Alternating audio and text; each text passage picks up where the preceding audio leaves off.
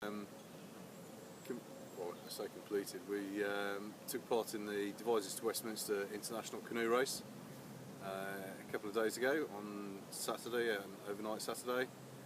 It's the longest non-stop canoe race in the world at 125 miles. There are 77 locks around which you portage, that is to say you get out of the canoe and carry it around the locks. There are a couple of other portages as well, so probably about 80 in total with low swing bridges. We didn't manage to complete the entire event.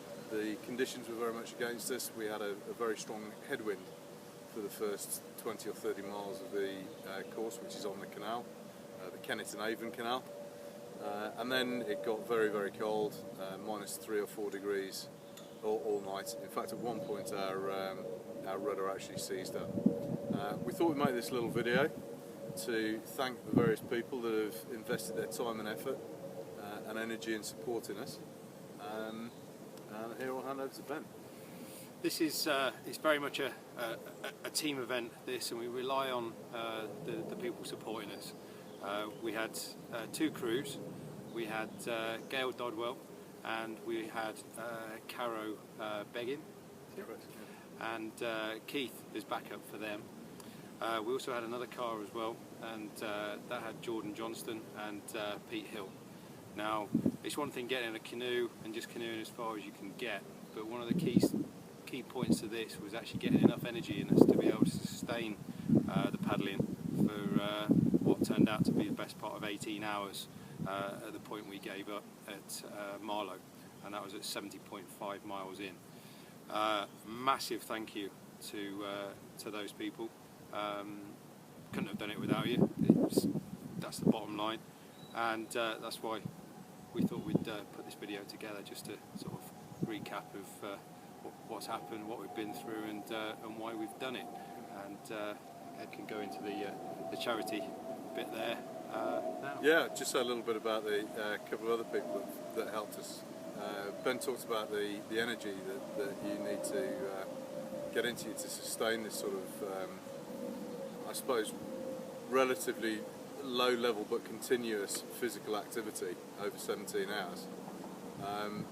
First and foremost, the person who designed, cooked and packaged the food, Jamie Bruce. Good luck in the X Factor and all that happens following it. The voice even. Well, we'll do this again, but thanks to Jamie for doing that. It really was top quality food, and I think everyone that saw our support crew was jealous of our food on the way down, and actually we were eating it 2 days afterwards, so big hats off to you.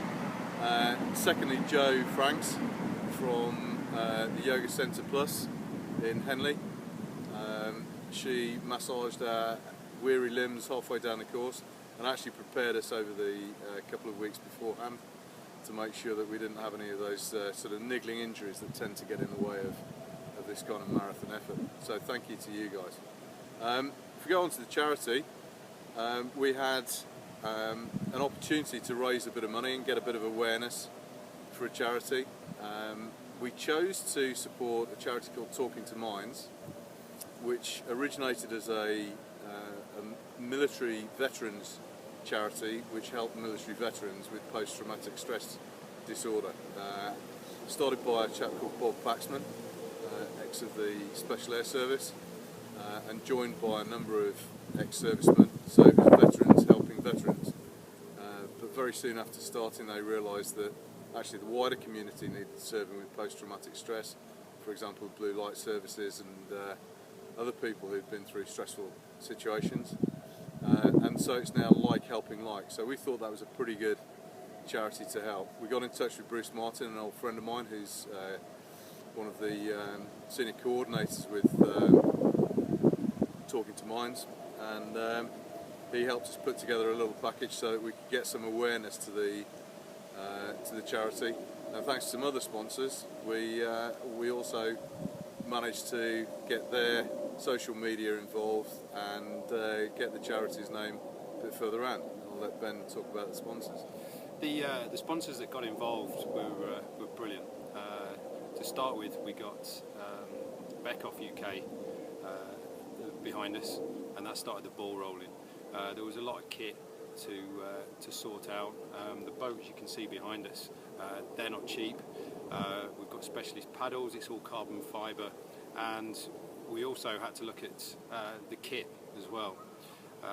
It was important, okay, as it turned out, it was very important due to the weather conditions, and we approached Nookie, which is a paddle sport equipment manufacturer based down in the southwest, and they stepped up to the plate. The kits they supplied us with was incredible. We had wetsuit trousers with padded knees, we had thermal tops, we had outer layers as well, which when we got wet and went in, not in the actual event I'd like to add, but in training it did exactly what it was we wanted to do, which was keep us warm.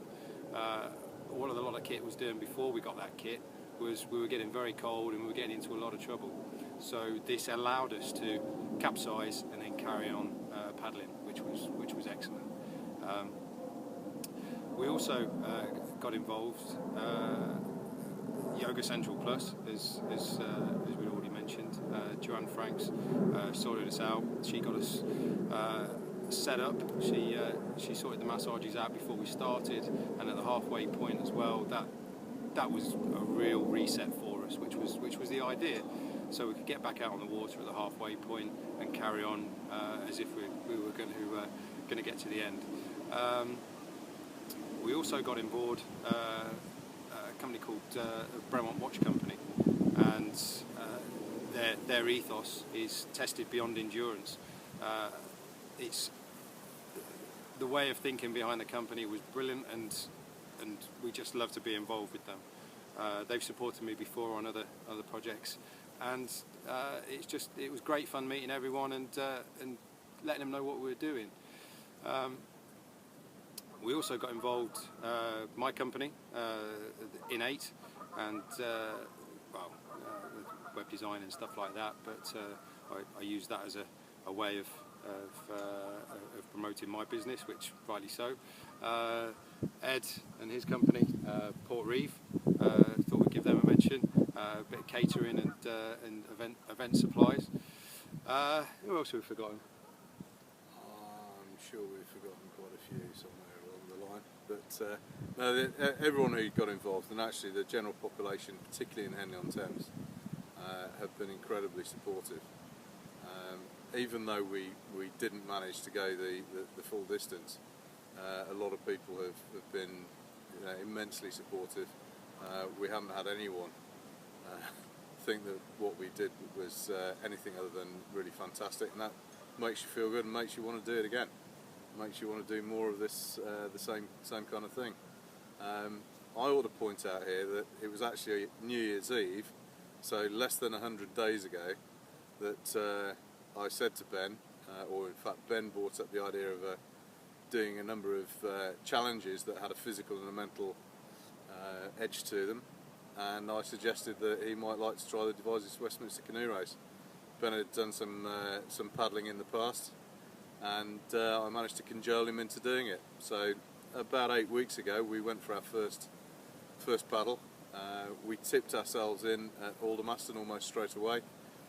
I hadn't realised that this was the first time Ben had sat in a racing shell, and the balance required and the technique required, I think, was a little bit of a shock. But over the past 8 weeks we've not only learnt to paddle, but learnt to paddle together, and I think we did pretty spectacularly well. It's amazing what Ben in particular has achieved here, and I'm hoping next year he'll be able to join me and get all the way down the course. Fingers crossed. Well, I think we've gone on long enough, so just like to say a massive thank you to everybody. It really is appreciated, and well, watch out for the next challenge. We'll keep you posted. Thank you very much.